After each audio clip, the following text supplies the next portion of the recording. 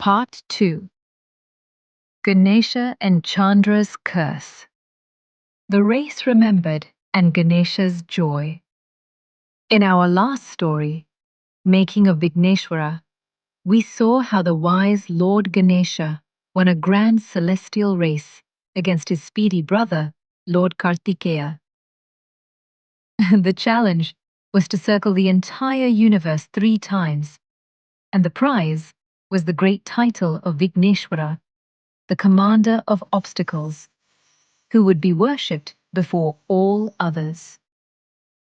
While his brother zoomed across the stars, Ganesha showed his incredible wisdom by simply circling his parents, Lord Shiva and Goddess Parvati, declaring that they were his entire universe.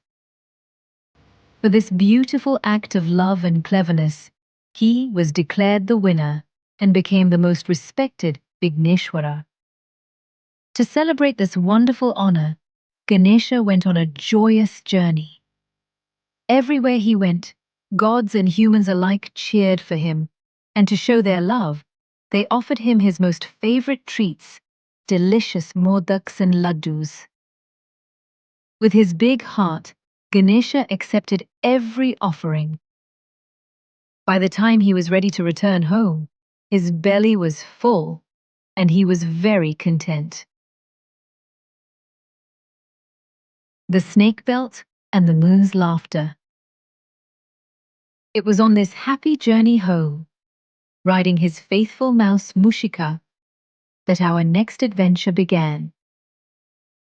Suddenly, a snake slithered across their path. The tiny mouse was startled and stumbled, causing Lord Ganesha to take a tumble. The fall was so great that his full belly burst open, spilling all the delicious modaks onto the ground. Unfazed, the calm Ganesha gathered the sweets, placed them back inside, and cleverly used the very same snake as a belt to hold his belly together. Watching from high above was Chandra, the moon god. Proud of his beauty, he looked down and saw Ganesha with a snake for a belt, and let out a loud, mocking laugh. This terrible disrespect to the honored Vigneshwara was seen by Ganesha's mother, the great goddess Parvati. Her protective anger flared like fire, and she placed a powerful curse on Chandra. Because of your pride, anyone who looks upon you from this day forward shall suffer from false accusations and misfortune. Krishna and the curse of the Shamantakamani. The curse was so strong that it spread everywhere. It even touched the great Lord Krishna. Though the wise sage Narada had warned him, Krishna accidentally saw Chandra's reflection in a bowl of milk, and immediately the curse took effect. A nobleman named Satrajittu stormed into the court, accusing Krishna of a terrible crime, murdering his brother Prasena to steal the legendary jewel, the Shamantakamani.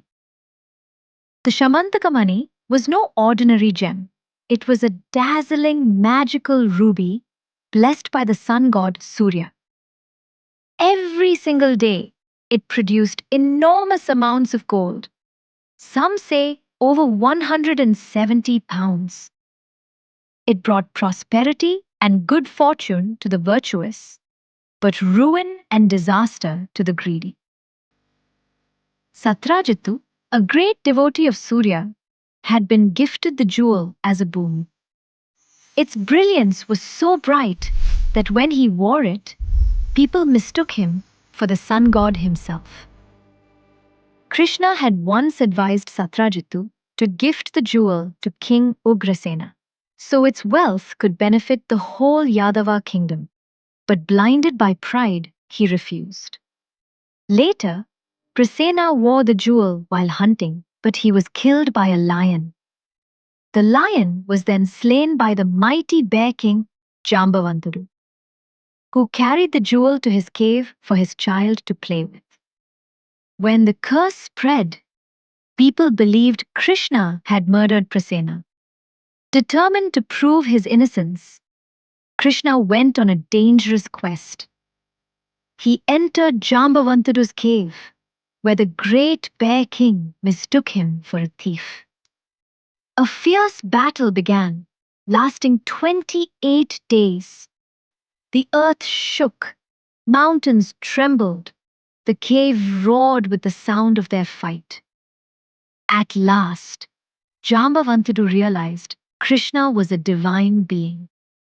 Bowing in reverence, he surrendered the jewel. Krishna returned with the Shamantaka money, cleared his name, and proved to all that Parvati's curse on Chandra was real. The birth of Ganesh Chaturthi. Seeing the suffering the curse had caused, all the gods and sages pleaded with Goddess Parvati to show mercy. Her heart softened. She agreed to ease the curse.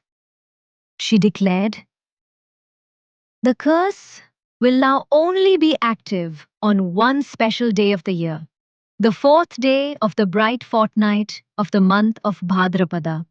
We will celebrate this day as Ganesh Chaturthi in honor of my son." She also explained how everyone could protect themselves. On this day, families must worship Lord Ganesha with devotion. They must listen to his sacred stories. The tale of the devoted elephant king Gajasur, the miracle of Ganesha's birth, the race that made him Vigneshwara, his encounter with Chandra, and Krishna's adventure with the Samantakamani diamond. After listening to these stories, families place blessed rice called Akshat on their heads as a sign of Ganesha's protection. And this is why every year we celebrate Ganesh Chaturthi, turning a day once feared for a curse into a festival of joy, wisdom, and the divine power of Lord Ganesha, the remover of obstacles, the giver of blessings, and the most beloved God of all. Thanks for watching. Like, share, and subscribe to Quiz Brain Kids for more magical stories.